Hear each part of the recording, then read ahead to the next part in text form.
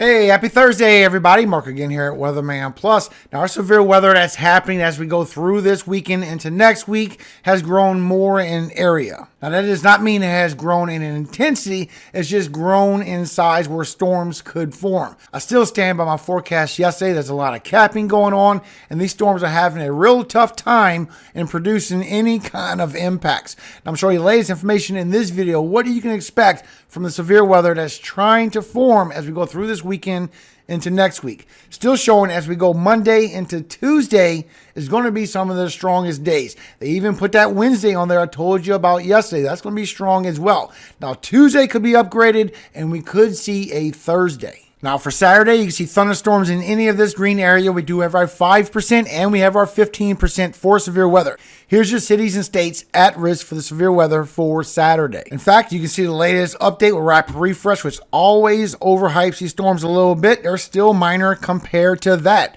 So as we go through for Friday morning, bringing some thunderstorms across eastern Kansas into northern Missouri.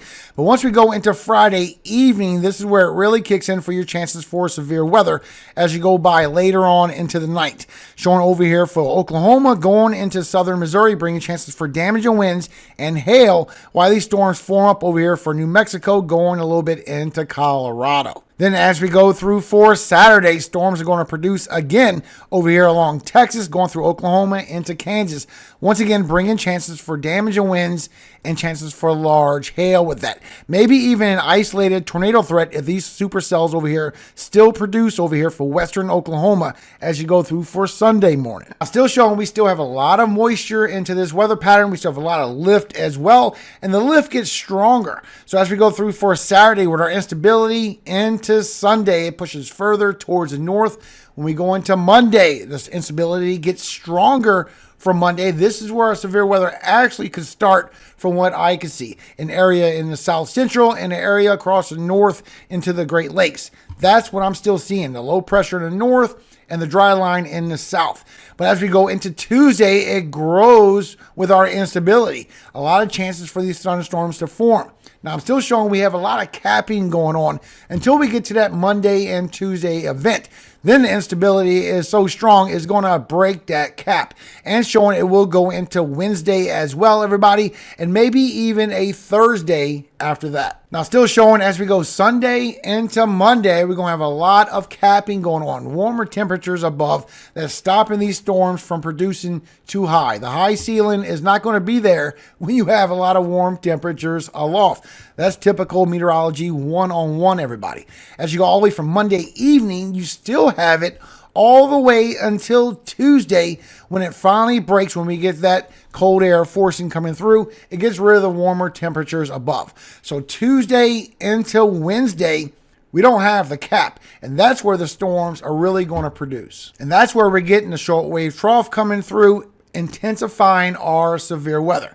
Tuesday going into Wednesday. Now, Monday still has two pieces to it. So here is who is at risk. So as we go through for Sunday, this is your cities and states at risk for severe weather. This will be for chances for damage and winds and large hail. As we go through for Monday, this grows further towards the north.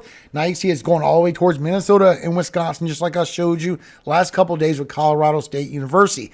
This will be chances for damage and winds, large hail, maybe even a tornado threat. It's more damage and winds and hail, everybody. And it's not going to be the whole area that's going to explode. That is not true. It's going to be portions of the south and portions of the north. As you go into Tuesday, they added that curve all the way towards the Great Lakes. Once again, this is where your severe weather will actually start and get bigger. So far, here's your cities and states at risk for the severe weather for Tuesday. More cities will be added as we get a little bit closer. And as you go into Wednesday, they did add that Wednesday I told you about yesterday. So here's your cities and states at risk for the severe weather for Wednesday. Now, Tuesday into Wednesday is where all hazards will be at play. And you see all the way from Sunday with large hail and severe wind gusts all the way to Monday where it's going to be large hail and severe wind gusts, but an actual tornado threat may develop. This won't mean it will develop, everybody.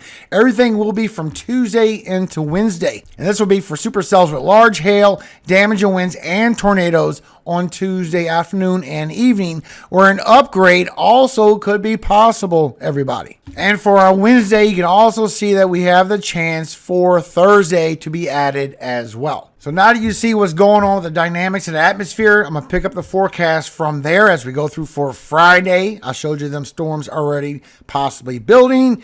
Then as you go into Saturday morning, all the way towards lunchtime into the evening. Now we're into the late evening for Saturday, and we're finally getting some storms firing up. But you can see how these are not severe. This would be an isolated threat of maybe some damaging winds, maybe a little bit of large hail. The storms to the north, I think, will be stronger because of the low pressure and the winds aloft. But look how weak this is for Saturday, everybody. Showing it will be an isolated threat. It will be some storms from Minnesota. Maybe a storm will fire up or two for Nebraska and Kansas, and also for the western Texas area, while we get another trough coming through for California, bringing y'all rainfall and some storms as well. So as you go overnight Saturday into Sunday, we still have the storms forming over here for Iowa, Minnesota, Wisconsin. Once again, this is for damaging winds and hail, while we get some storms forming up for Texas as we go through for Sunday into Sunday evening. This is where it grows your chances for, once again, damaging winds and hail, everybody. While this low pressure moves across Minnesota, bringing more damaging winds and hail into Minnesota as you go through for Sunday evening. Then we go overnight Sunday into Monday. Just regular thunderstorms moving across Ohio Valley out through the northeast. But look at Monday. All morning long, you don't have anything because the cap all the way towards lunchtime, all the way until late evening, when you finally get a few isolated cells popping up, bring your chances for damaging winds and hail. You can see this for the north as well into Minnesota. There's a lot of capping going on, everybody. Then late Monday night, you see that moves across from Minnesota into Wisconsin, bringing damaging winds and hail, while you still have an isolated threat or two across the south. But then as we go into Tuesday, this is where your capping starts leaving and your real threat starts kicking in. Once you go late Tuesday evening, the dry line moves over, bringing your chances for an MCS, a mesoscale convective system, bringing a threat for damaging winds and hail, but you cannot rule out an isolated tornado threat in that line of storms. As you go into Tuesday evening, the low pressure brings more chances for isolated cells across eastern Kansas, Iowa, into Wisconsin. Once again, damaging winds and hail is your main threat. But when you go overnight into Wednesday, this is where it really forms a strong chance where you might actually get your tornado threat. In fact, you can see the latest from Colorado State University. So as you look at National Weather Service for Sunday, you can see it's showing a milder event for Sunday, but there's more chances for this to go further north with that low pressure and the winds aloft, bringing severity further north into the U.S. I think it'll be stronger north than it would be for the south. Now, as you go into the Monday, you see what National Weather Service, what they did put in, look at Colorado State University, showing it's not going to be as strong towards the south. Once again, it's going to be at low pressure to the north with those winds aloft as we go into Monday. And for Tuesday, you can see what National Weather Service showing this going all the way towards the Great Lakes. Look where Colorado State University is, almost in a good agreement, except over here across the South Central. It's less, everybody. And for the Wednesday, which could form, National Weather Service has this big 15%. Look where Colorado State University is showing maybe a couple areas of marginal. So just be aware. I'll try and stay accurate and honest as I can for you all. Watch out for the drama queens. Watch out for the hype. All they're trying to do is fill their pockets. Now, I say all this because these people ruin what YouTube is meant for, at least as our weather forecasters, everybody.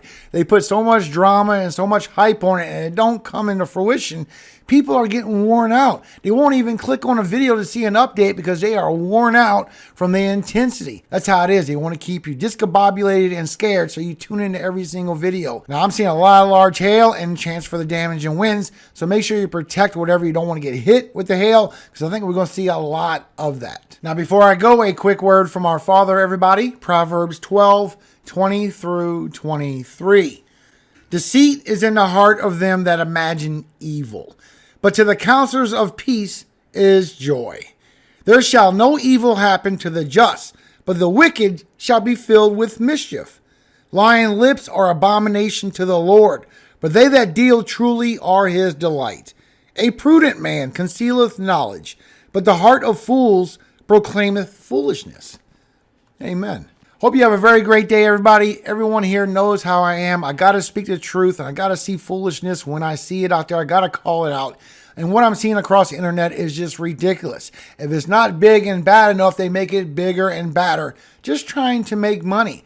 I'd rather focus on being honest and have a good name. Amen. God bless you all. Hope you have a very great day today. Make sure you tune in for the afternoon update. It will not be on the severe weather. It's going to be on something else.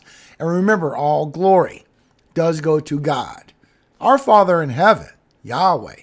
And I always hope He keeps you safe every single day of your life and forever. Amen. Hallelujah. Amen. Have a great day, everybody. I will keep you updated.